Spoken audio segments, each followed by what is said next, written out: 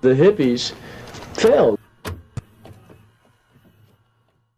In 1967, Joan Didion went to San Francisco to experience hippie culture.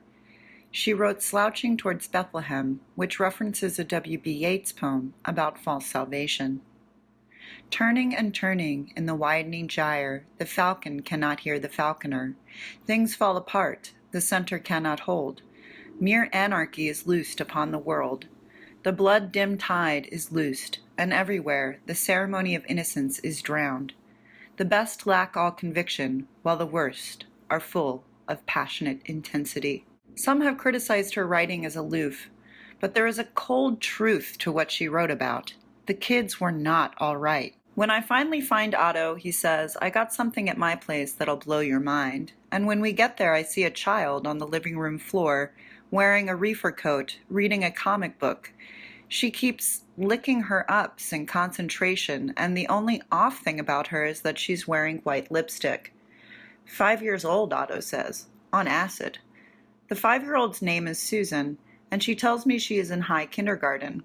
She lives with her mother and some other people, just got over the measles, wants a bicycle for Christmas, and particularly likes Coca-Cola, ice cream, Marty in the Jefferson Airplane, Bob in the Grateful Dead, and the beach. She remembers going to the beach once a long time ago and wishes she had taken a bucket. For a year now, her mother has given her both acid and peyote. Susan describes it as getting stoned. It is well known that the U.S. government experimented on many unknowing victims. Institutions often experiment on the public, from new soft drinks to drugs. The people have always been the target of big business, government, and pharma. But what if the accidental discovery of LSD wasn't all that accidental? I think the hippies, much like a lot of other counterculture, is set up to fail. People get tired. Many also think that LSD was weaponized against hippies, and perhaps the discovery of LSD was all by design and not an accident, and this silly story about a bicycle is just made-up fiction. This is the story of a 30-year search by U.S. intelligence agencies to perfect mind control. Some of those engaged in that search have agreed to talk about it for the first time. One said, I think every last one of us felt sorry to attempt this kind of thing. We knew we were crossing the line. To the mystical rites of a magical mushroom ceremony performed by an Indian shaman. The United States government wanted to usurp ancient wisdom to control the minds of the populace. They were already exploring every and any way to manipulate people through techniques perfected by Edward Bernays, the nephew of Sigmund Freud. Since the end of the 19th century, America had become a mass industrial society, with millions clustered together in the cities. Bernays was determined to find a way to manage and alter the way these new crowds thought and felt. To do this, he turned to the writings of his uncle Sigmund.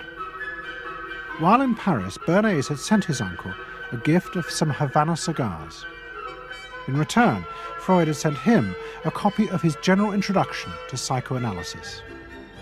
Bernays read it, and the picture of hidden irrational forces inside human beings fascinated him.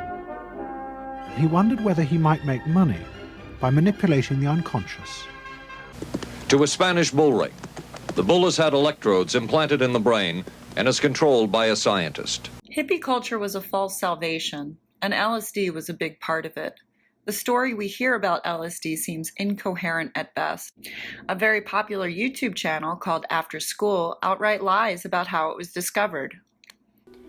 Its extraordinary powers were discovered accidentally in 1943 by the Swiss chemist Albert Hofmann, who intended to create a new migraine pill out of ergot, a fungus that grows on diseased grain. Refined ergot had been used for centuries as a medicine, as a psychedelic mystery sacrament, and as a way to teach people the secrets of witchcraft. No, it was not a migraine medicine. According to Wikipedia, in 1929, Hoffman became an employee of the Pharmaceutical Chemical Department of Sandoz Laboratories. As a co-worker of Arthur Stoll, founder and director of the pharmaceutical department. He began studying the medicinal plant squill and the fungus ergot as part of a program to purify and synthesize active constituents for use as pharmaceuticals. While researching lysergic acid derivatives, Hoffman first synthesized LSD on the 16th of November 1938. The main intention of the synthesis was to obtain a respiratory and circulatory stimulant with no effects on the uterus. However, it was set aside for 5 years until the 16th of April 1943, when Hoffman re-examined it and discovered its powerful effects. He described what he felt as being, quote, affected by a remarkable restlessness combined with a slight dizziness.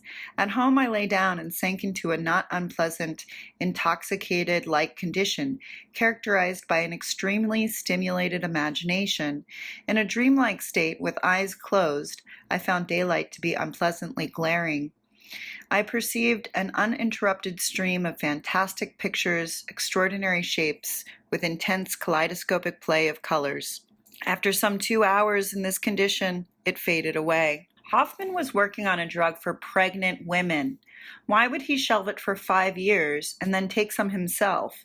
The story, like many we've been told about the 20th century, makes little sense. Ergot was well known for centuries to midwives. In 1958, the Wellcome Foundation made an informative film about ergot and its use for centuries. Wellcome is a giant in pharmaceutical research. You will see their tentacles in everything from the AIDS crisis to COVID.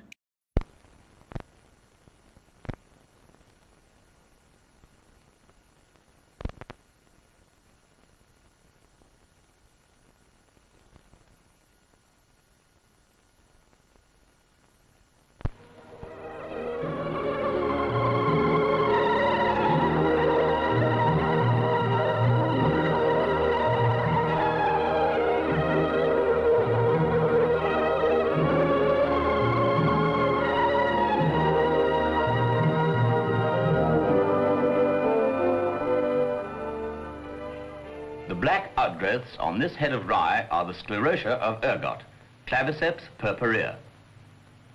The sclerotia, from the Greek skleros, hard, occur on many grain crops and grasses.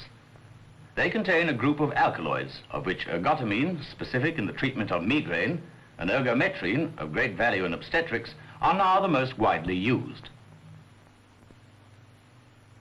At least as early as the 16th century, midwives in Europe used ergot to speed labor and control postpartum hemorrhage. Then this knowledge was largely forgotten.